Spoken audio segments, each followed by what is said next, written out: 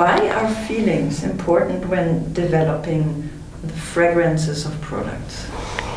Yeah, feelings are very important. We're developing fragrances of products, of shampoo or detergents, because the perception from the consumer point of view is not only about efficiency.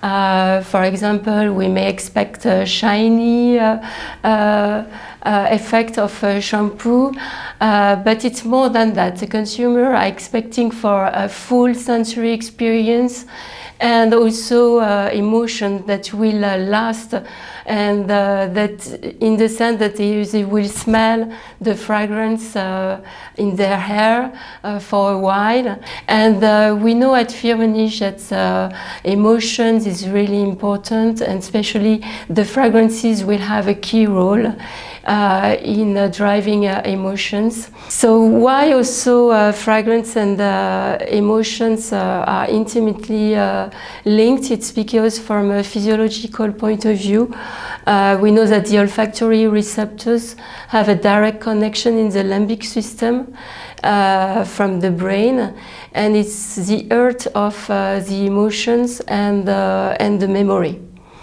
And we know that odors are very evocative. But one thing I think must be very difficult, and that is to measure feelings. How do we measure feelings? And this is something that we try to measure, and for that we can use questionnaires. To establish a questionnaire, we wanted to make sure that we will use terms that are relevant to consumers. We made a collaboration with the University of Geneva, and we make a cross-cultural approach in 6 different cultures in order to see whether the terms that are used to express emotions in relation to others are the same from one culture to another. So do we use the same terms, and are these terms organized in the same way? So the way we proceed, we applied a 3-step study in each of these cultures, and the first step was to ask consumers to select terms which were relevant to them in order to express their feelings in relation to smell, odors, fragrances, smell from everyday life. There were no odorants at that time, and for the second and third study, so we provided odors that people could smell, and for each of the odors they were smelling, they were giving a rating for each of the terms, feeling terms. So they were saying, okay, I feel relaxed, I don't feel that energized at that time, I feel really happy. It's a pleasant surprise to me. So by doing this exercise, we were able to reduce from a list of 500 terms that were chosen from the literature to narrow down to about 35 terms for each culture. Were there differences between the cultures in the scales that turned up with this study? So we found differences, but not as much as we expected. It's right that first I need to tell you which culture. So we conducted a study in Switzerland, in England. We conducted in the US, in Brazil, in Singapore and China, in order to have a good coverage, I would say, of different cultures. So we were surprised that there were not that big differences in terms of emotional categories. For example, these 35 terms were grouped together with statistics because they were providing the same answer for the same odors. So, for example, we have this emotional category related to well-being And in this emotional category, we have different terms like well-being, happy, pleasantly surprised, joy, pleasantness, all these terms, and they were grouped together. So we found 5 common emotional categories for all the cultures. So one was related to well-being. We had one on sensuality, one on relaxing, energizing, and the 5th one was related to disgust. So, sorry, could you give me an example for one odor that would fit into the category well-being or disgust? So vanilla, for example, is highly related to well-being. For disgust, we had cheese odor, we had body odors as well. And we have selected these odors in order to really cover odors that we can encounter in our everyday life. So pleasant, unpleasant, we had food, non-food, familiar, non-familiar. So then there were differences in other emotional dimensions, like melancholy, for example, that was obtained for China and for the Asian culture, China and Singapore. We had also spiritual feeling, which only was selected by Singapore culture. Then we had also one which is related to hunger and thirst, and this one it was selected by the US and England as well as Brazil. Spirituality, so we had some musk and as well incense odors.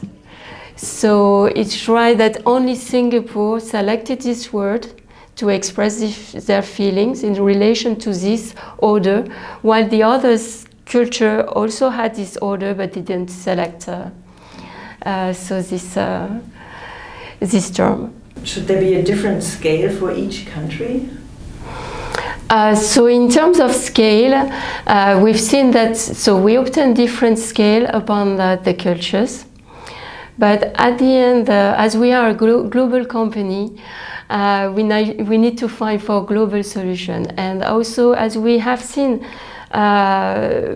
so quite a few common terminology and emotional categories. So we worked in order to have a global scale, which helped us then to make global studies and to collect information from different cultures. And just for this global scale, our approach was to select all emotional categories that came out from all cultures. So in total, we had 9 emotional categories.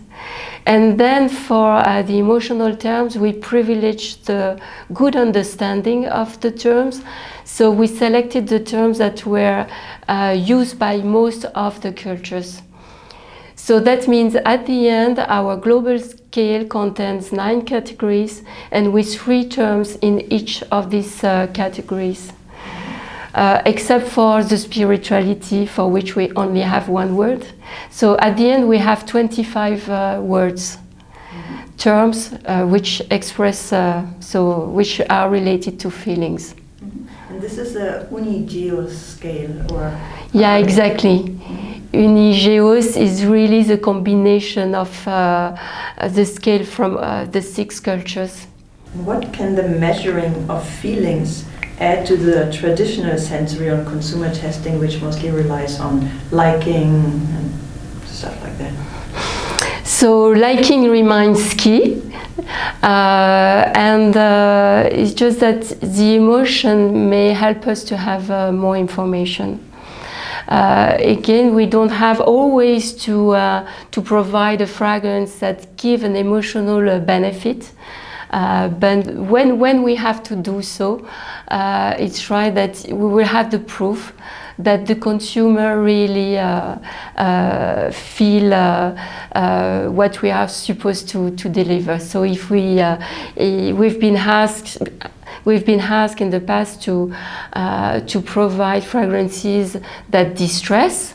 So for that, we are expecting relaxing feelings, and that's something that we can measure with the questionnaire. And the liking is just to make sure that it's pleasant. In addition, for us, it's also a complementary information in the sense that very often when we do consumer tests, and consumers have several fragrances in front of them, they don't discriminate them. They are all good. Mm-hmm.